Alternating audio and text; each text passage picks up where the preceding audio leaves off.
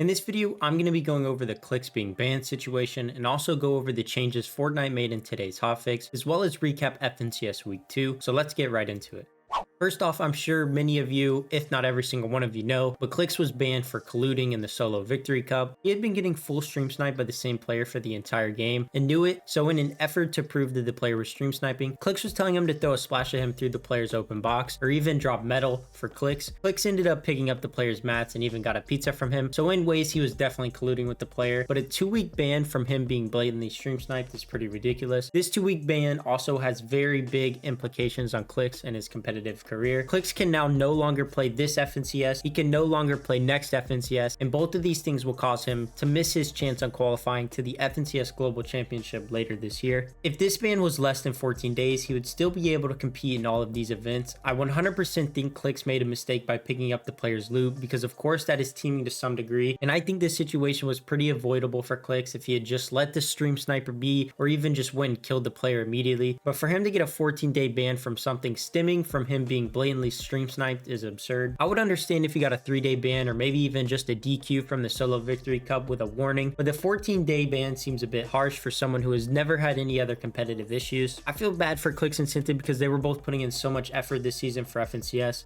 Clix was streaming scrims and playing in them more than ever, and it really seemed like this was the most locked in he's ever been for FNCS, and for Synthid to just have everything that he's worked for just tossed out the window is sad to see. A player who's already gone through so much in the past year just really cannot catch a break. Since Clix has been banned, a hashtag free Clix hashtag and movement has been started, and I'm sure if you go on Twitter or watch Twitch you've seen it because it's literally everywhere you go. I don't personally think Clix is getting unbanned, but I would like to see his ban get reduced so he can still play FNCS Grands and next season's FNCS Grand Finals as well. This is definitely one of the craziest situations in Fortnite history and will be interesting to keep watch on and see if he ends up getting his ban reduced or not. Let me know down in the comments what you think of the ban and if you think it's too harsh or how you feel about it. The next thing I want to go over is Fortnite finally vaulting game time, as well as other changes made in today's hotfix. Game time is the augment that gave the pizza party item and splashes with it. It's been a highly requested item to be taken out due to its insane ability to be used to heal off in the end game. Fortnite also nerfed the splashes spawn rate as well, lowering the chance you get them in coolers, chests, floor loot, drones, and POI captures. This is a very good start to nerfing heal off, but doesn't necessarily change the main reason why there is heal off. Heal off is caused by the fact there's 5+ people guaranteed to be alive at final close, and in some games 10+ people. The moving zones this season are just not it, and that's what's been the main issue all season long. This is definitely a nice counter to those that just sit on hype with pizzas to get a free top 2 or win. We may need to still see a slight nerf to slurp juices as they are pretty busted and give so much HP back to players. The other changes made in today's hotfix is that the submachine gun and lock-on pistol are both in competitive now. The OG sub is back in comp for the first time since chapter 2. It will be interesting to see how this gun matches up with the twin mag SMG and which one players will start to hold. And on the other hand, with the lock-on pistol, to my knowledge, it's a pretty average weapon. Maybe in pro players' hands it will be a bit different, but I don't see it being much use. There's also no brick farming fix in this update because that will be happening next week, and that was confirmed last week. So we have one more week of horrible brick and then everyone can rejoice. There's been lots of changes this season, and with next week's update, I feel like we have more coming. Let me know down in the comments if you like the game time is out or any of the changes that were made in today's update. The last thing I want to go over is week 2 FNCS finals and how that went. This week it was a nail biter, and coming in first place on 272 points was Fatch and Pam Stu. Love to see this duo do well, and this week they got it done, taking on first place in finals. This duo should be uncon and grand since Dubs and Accept have failed to make it out of opens twice in a row, so I'm expecting big things from this duo come grand. Next in second place was Rise and Yamzo on 271 points, just a 3-point difference between first and second place this week. Rise and Yamzo had a much better showing this week. They started off a bit slow but ended with a very nice showing, getting top 8 in the last 4 games. Not quite the first place I predicted, but a second place is as close as you can get. In third place was Pars and Baka on 253 points, highest placing West team so far this season, and this duo has been impressing me pretty heavily. They like to go for height and seem to know how to get it pretty often. A couple rough games, but with a first with 8 kills and a second with 11 kills, this was a very good performance out of them this week. Coming in fourth place was Bucky and Okus on 216 points,